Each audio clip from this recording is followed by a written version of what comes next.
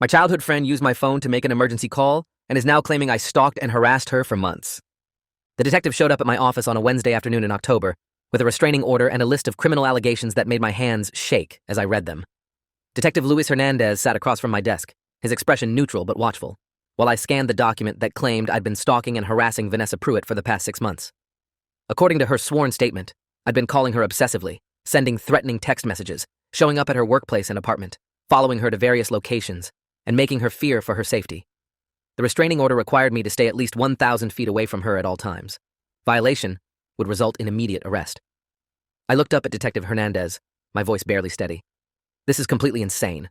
I haven't contacted Vanessa in months, except for one night, 3 weeks ago, when she borrowed my phone to call 911 because her car broke down on the highway. That's the only interaction we've had since June.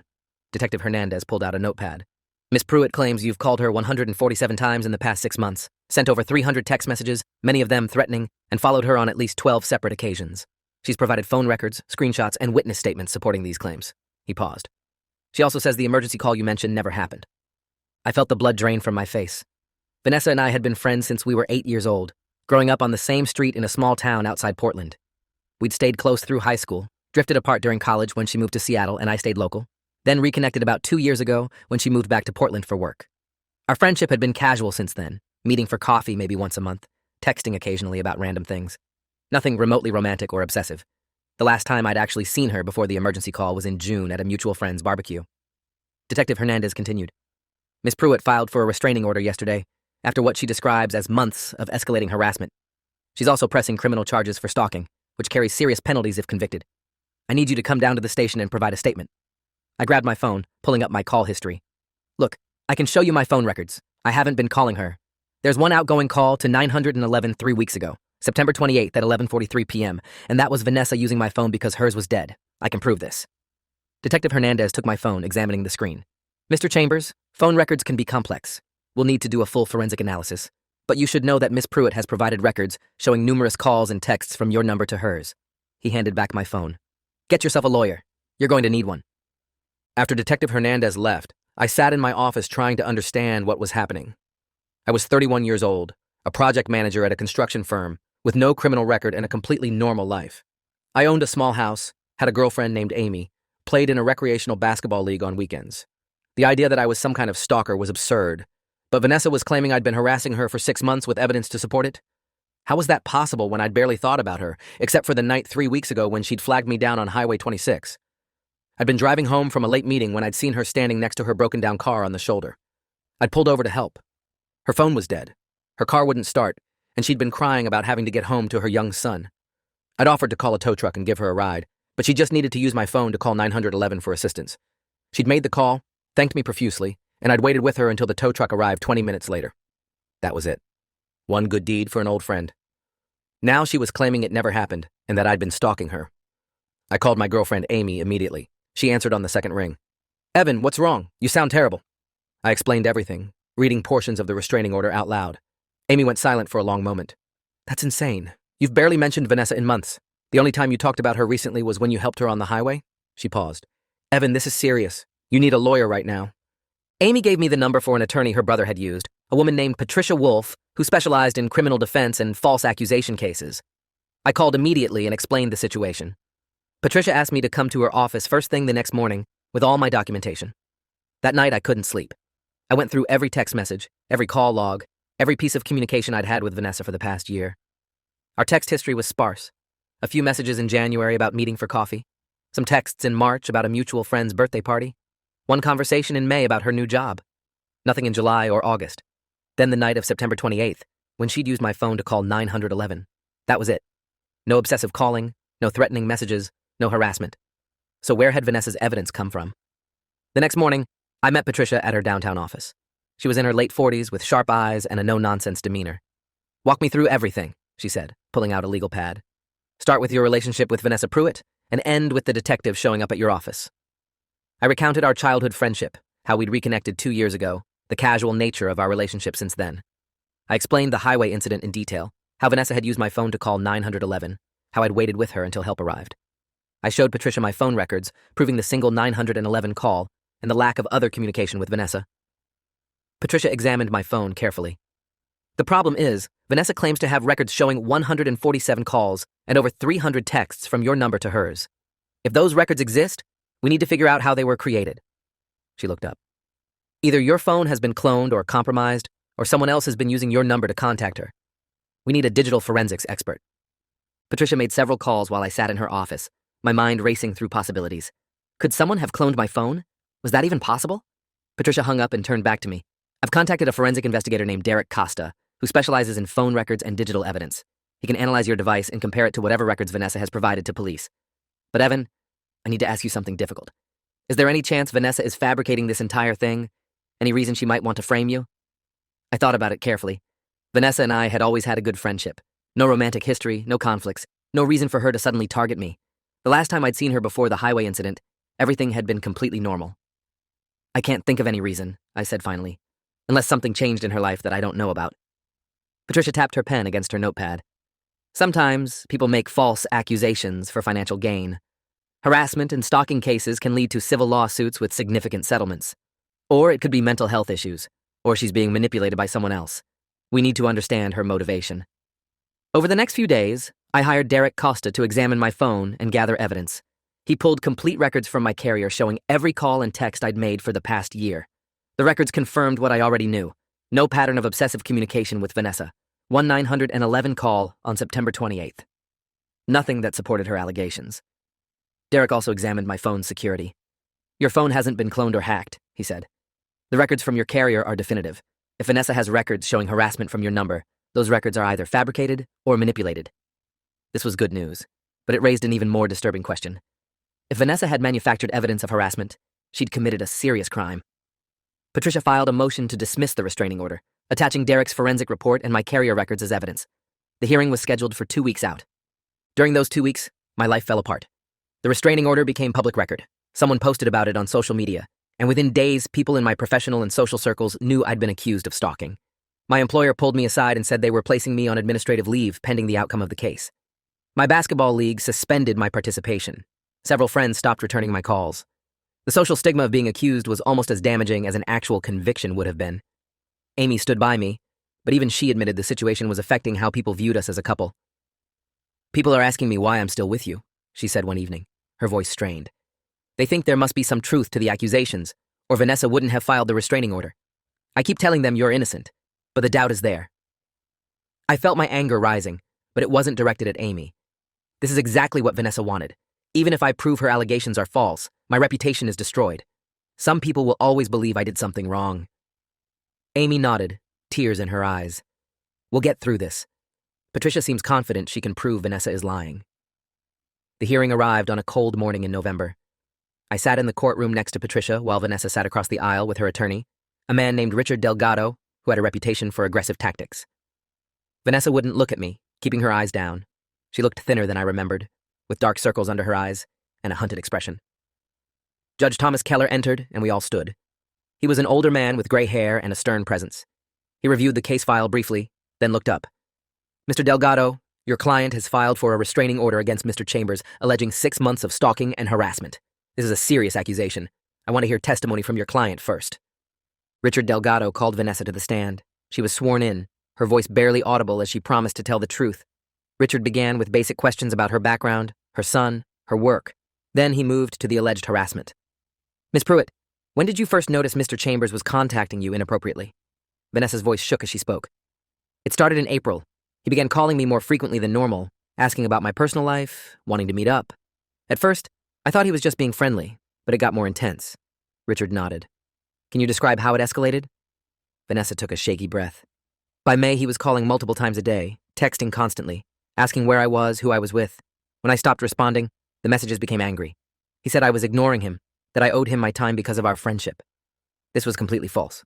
I'd sent maybe 3 texts to Vanessa in May, none of them remotely like what she was describing. Patricia squeezed my arm under the table, warning me to stay quiet. Vanessa continued, gaining confidence as she committed to the lie. In June, I started seeing his car near my apartment. He'd be parked across the street, just sitting there watching my building. I confronted him once, and he said he was just in the neighborhood, but it kept happening. I was scared to leave my apartment. Judge Keller was taking notes. Did you report these incidents to police at the time? Vanessa shook her head. I was afraid to. Evan and I had been friends since we were kids. I didn't want to believe he was capable of this. I kept thinking he'd stop on his own. Richard pulled out a folder. Miss Pruitt, can you describe the threatening messages you received? Vanessa's eyes filled with tears. In August, the texts became darker. He said I was making a mistake by ignoring him, that I'd regret pushing him away. He knew details about my daily routine, where I worked, where I took my son to daycare. I felt like I was being watched, constantly. Richard approached the bench with documents.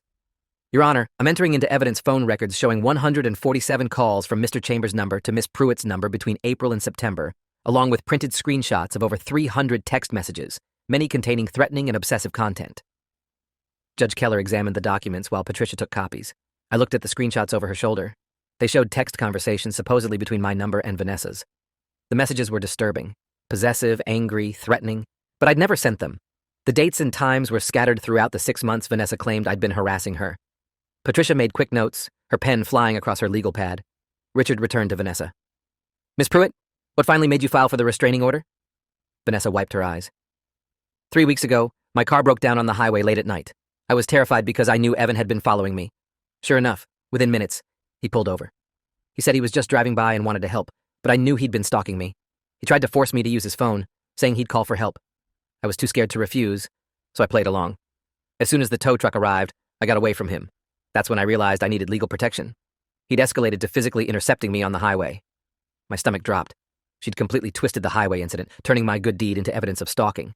The truth was, I'd happened upon her broken-down car by chance and had helped her. Now she was using that help as proof I'd been following her. Judge Keller looked troubled. Mr. Delgado, do you have additional evidence supporting your client's claims? Richard nodded. Yes, Your Honor. I'm calling Miss Pruitt's neighbor, Angela Foster, who witnessed Mr. Chambers' vehicle near Miss Pruitt's apartment on multiple occasions. A woman in her 50s took the stand and was sworn in. She testified that she'd seen my truck, which she identified by make, model, and color, parked near Vanessa's apartment building at least 5 times over the summer. She said she'd mentioned it to Vanessa, who'd seemed frightened. Angela's testimony was convincing and specific. There was only one problem. I'd never been to Vanessa's current apartment.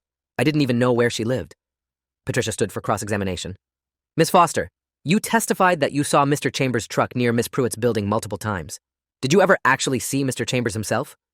Angela hesitated. No, but it was definitely his truck. Vanessa confirmed it. Patricia pulled out a document.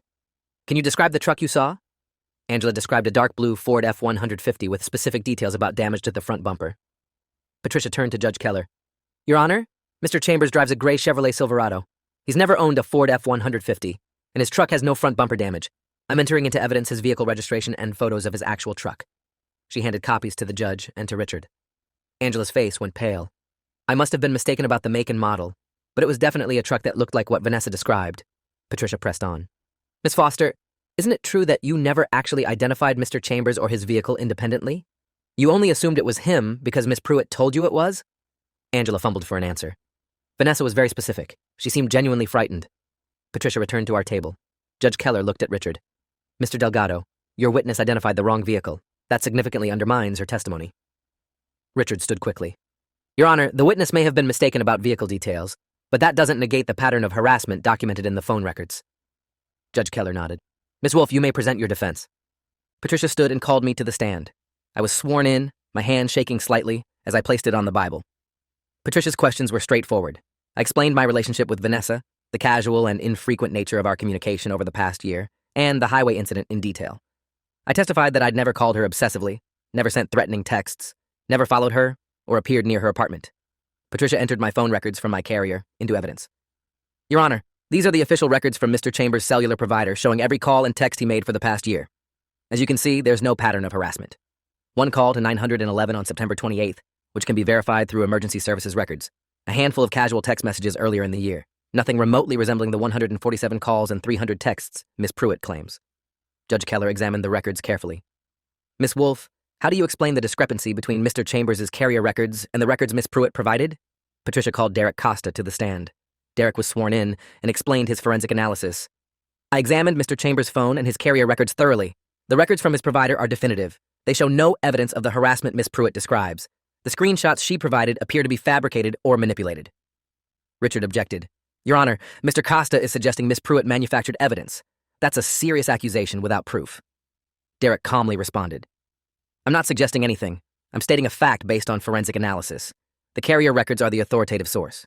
If Miss Pruitt has records that contradict them, those records are not authentic. Judge Keller leaned forward. Mr. Costa, is it possible Miss Pruitt's phone shows a different record than the carrier? Derek shook his head. Phone records are maintained by the carrier, not the device.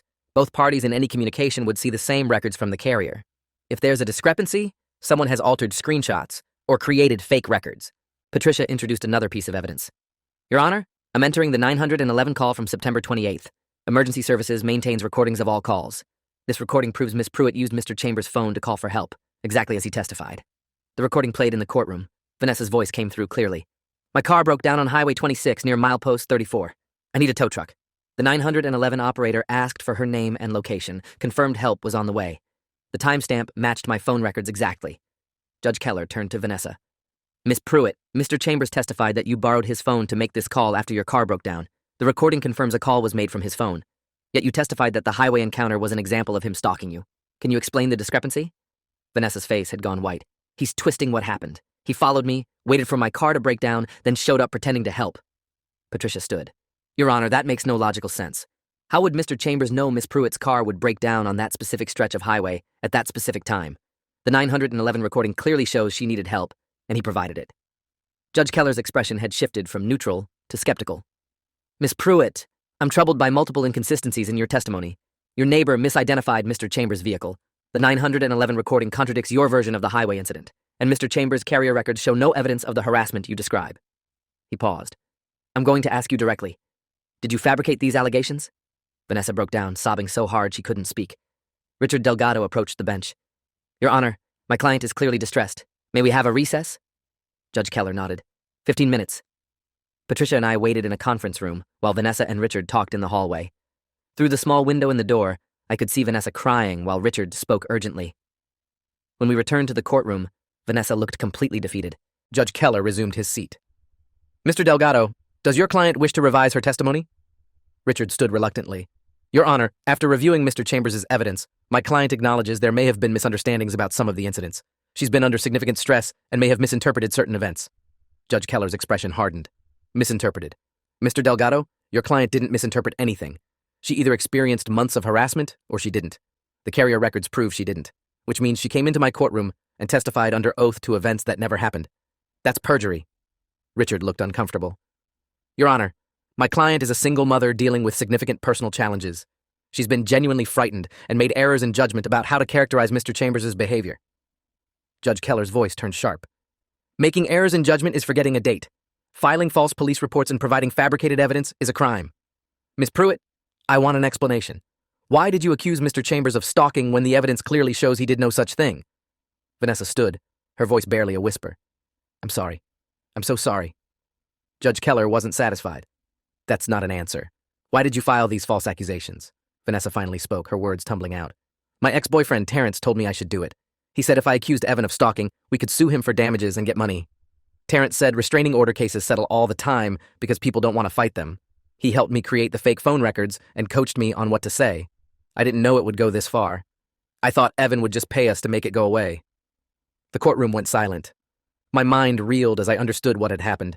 Vanessa's boyfriend had convinced her to frame me for stalking, betting I'd settled to avoid a legal battle. They'd manufactured evidence, coordinated testimony, and weaponized the legal system to commit fraud. Judge Keller's voice was ice cold. So you conspired with your boyfriend to fabricate evidence, commit perjury, and extort money from Mr. Chambers through false criminal accusations? Vanessa couldn't answer, sobbing into her hands. Judge Keller looked disgusted. I'm dismissing the restraining order immediately. Mr. Chambers is free to go about his life. As for you, Miss Pruitt, I'm referring this matter to the district attorney's office for prosecution. Filing false police reports, perjury, and attempted fraud are serious crimes.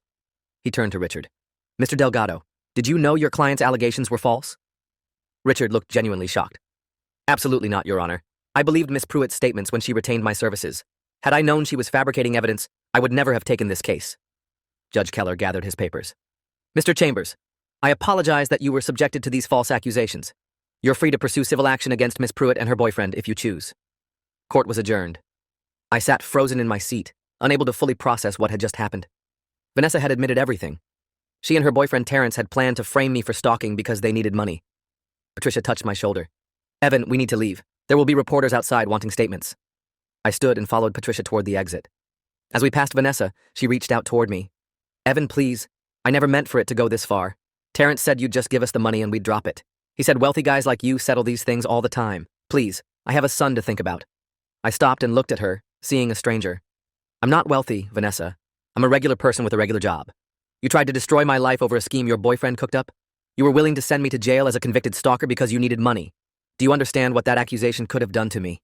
Vanessa kept crying. "I was desperate. Terrence said it was the only way."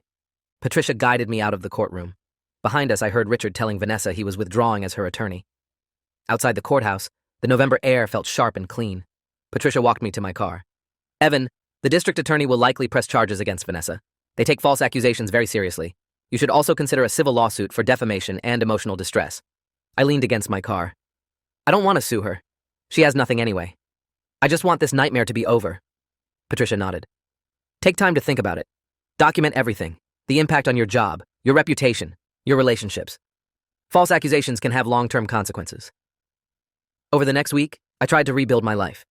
My employer reluctantly reinstated me after reviewing the court records, though some coworkers still treated me differently. My basketball league welcomed me back, but a few teammates remained distant.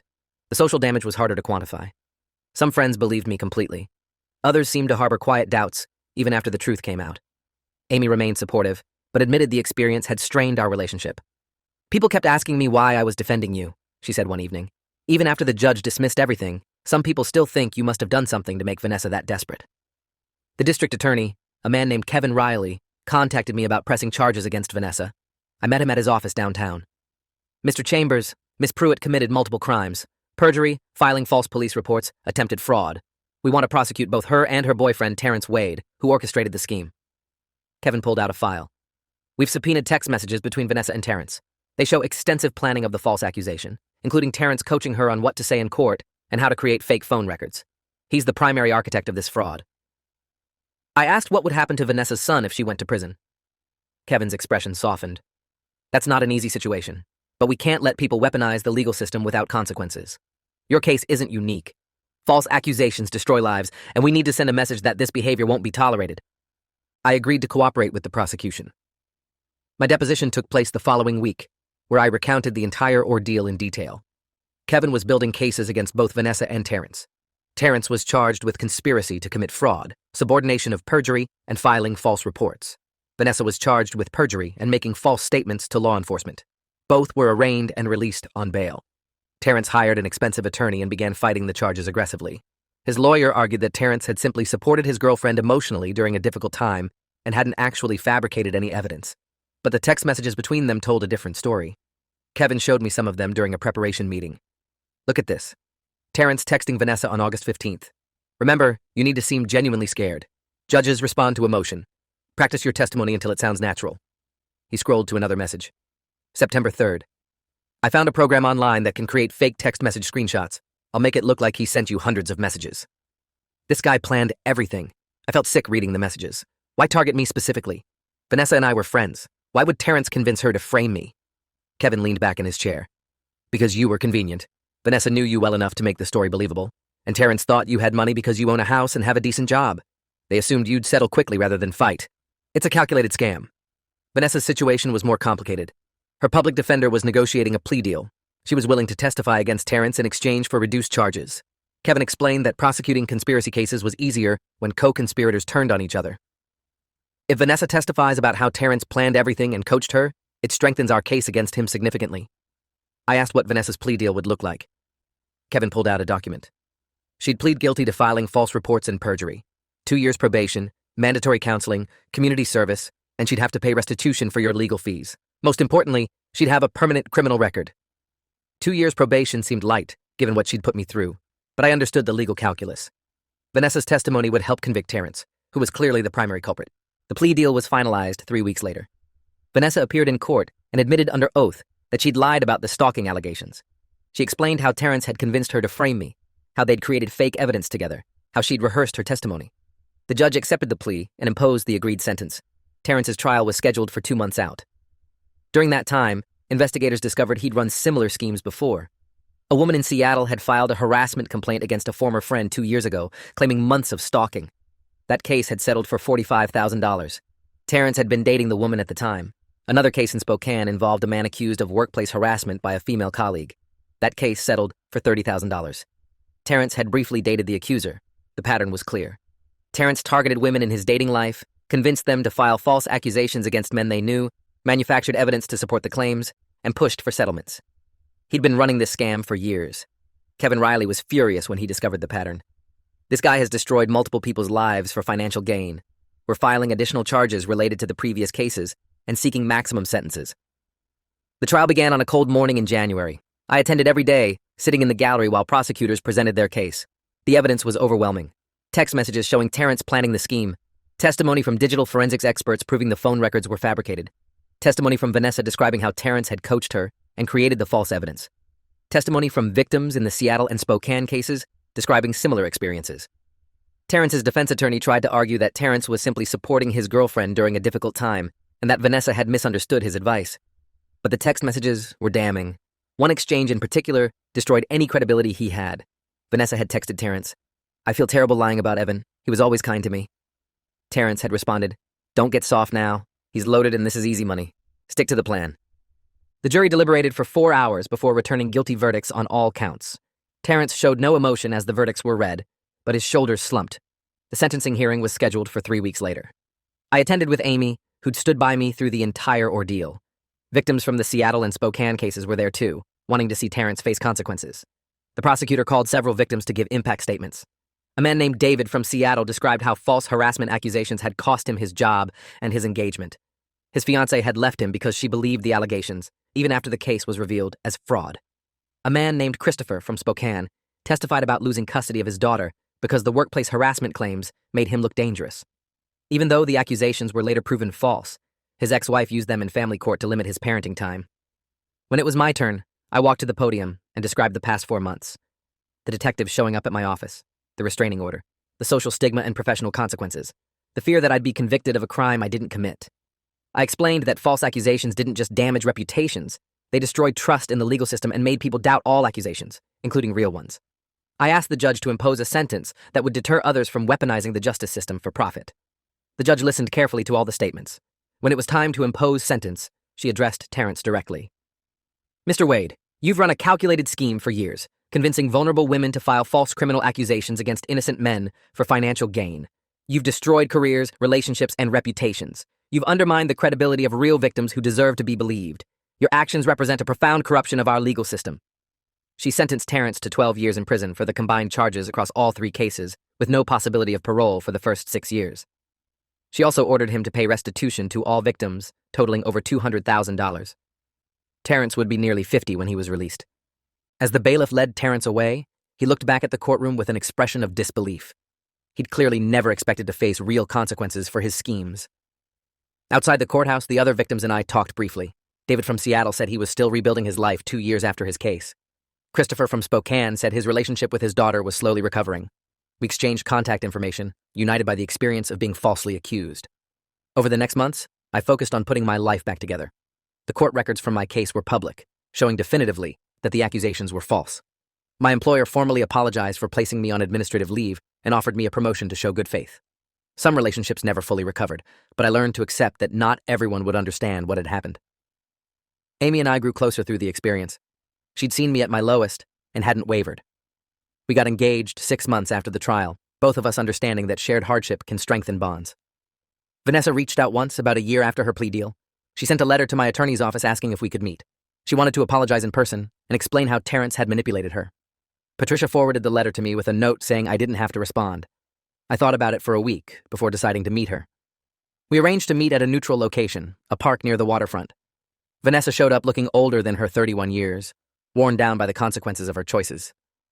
We sat on a bench, awkward silence stretching between us. Finally, Vanessa spoke. "I don't expect forgiveness. I just wanted to tell you how sorry I am. Terrence convinced me you'd never really suffer, that you'd just pay us and we'd drop everything. I was stupid and desperate. He told me my son and I would lose our apartment if I didn't help him with this scheme." I listened without interrupting. Vanessa continued. "I've been in counseling for the past year, trying to understand how I let myself be manipulated into hurting someone who'd only ever been good to me. My therapist says I was in an abusive relationship, and Terrence used that control to make me do terrible things. That doesn't excuse what I did, but it's helped me understand it." I finally spoke. "You weren't just manipulated, Vanessa. You made choices. You could have said no to Terrence. You could have come to me for help if you needed money. Instead, you tried to destroy my life. Vanessa nodded, tears streaming down her face. I know. I live with that guilt every day. My son asks why we can't see Evan anymore, why mommy has to go to counseling and do community service. I have to tell him I made terrible mistakes that hurt a good person. She paused. I'm not asking you to forgive me. I just wanted you to know that I understand the depth of what I did, and I'm trying to become someone who would never do it again. We sat in silence for a few more minutes. Finally, I stood. I hope you succeed in changing, Vanessa, for your son's sake, if nothing else. But I can't have you in my life. What you did changed how I see trust and friendship. Maybe someday I'll be able to forgive you, but that day isn't today. Vanessa nodded, accepting the boundary. That's more grace than I deserve. Thank you for meeting with me. I walked back to my car, feeling a complicated mixture of anger and sadness. The childhood friend I'd known was gone, replaced by someone who'd been willing to destroy me for money. 3 years after the false accusation, I was living a relatively normal life. Amy and I were married with a daughter on the way. My career had recovered. Most people who knew about the case understood I'd been the victim of fraud. But the experience had fundamentally changed me. I was more cautious about trust, more aware that even people you've known for years can turn on you under the right circumstances. I became an advocate for victims of false accusations, speaking at legal conferences about the psychological impact and the need for better protections. I emphasized that supporting real victims and protecting the falsely accused weren't opposing goals. They were both essential to a functioning justice system. 5 years after everything happened, I received a letter from Terrence Wade. He was writing from prison, claiming he'd found religion and wanted to make amends to the people he'd hurt. His letter included a detailed apology and an explanation of how he'd developed his scheme. He described growing up poor, becoming obsessed with easy money, and convincing himself that targeting wealthy men who could afford to settle wasn't really hurting anyone. He asked for my forgiveness. I didn't respond. Some people deserve second chances. Others need to live with the consequences of their choices. Terrence had destroyed multiple lives for profit. His 12-year sentence was appropriate. 10 years after the false accusation, I stood in a courtroom as a witness in another false accusation case. A man named Gregory had been accused of harassment by an ex-girlfriend who'd fabricated evidence. The defense attorney had asked me to testify about my experience and the lasting impact of false accusations. I described my case, the manufactured evidence, the social stigma, the professional consequences. I explained how even being exonerated didn't fully restore what was taken. Some people would always harbor doubts. Some relationships were permanently damaged. Gregory was acquitted after the jury heard all the evidence. Outside the courthouse, he thanked me for testifying. Your story helped them understand what I've been going through. The detective told me about your case when they were investigating my situation. Knowing someone else had survived this gave me hope I'd survive it too. We exchanged information, and I told him about a support group for victims of false accusations that met monthly. He said he'd attend. I'd learned over the past decade that helping others who'd faced similar situations was the best way to process my own trauma. Turning pain into purpose didn't erase what happened, but it gave meaning to the experience. 15 years after Vanessa borrowed my phone to make an emergency call and then accused me of stalking her, I received notification that Terrence Wade was being released on parole. He'd served 10 years of his 12-year sentence with good behavior. The notification included a warning that he was required to stay away from all his victims as a condition of parole. I wasn't concerned. Terrence was a broken man who'd spent a decade in prison for his schemes. He had no power over me anymore. The experience had taught me that survival is its own form of victory, that rebuilding after betrayal is possible even when it's painful, and that some wounds leave scars that remind you of your strength rather than your pain. If you enjoyed this, you'll definitely want to see the next ones too. So subscribe now and let me know your take in the comments.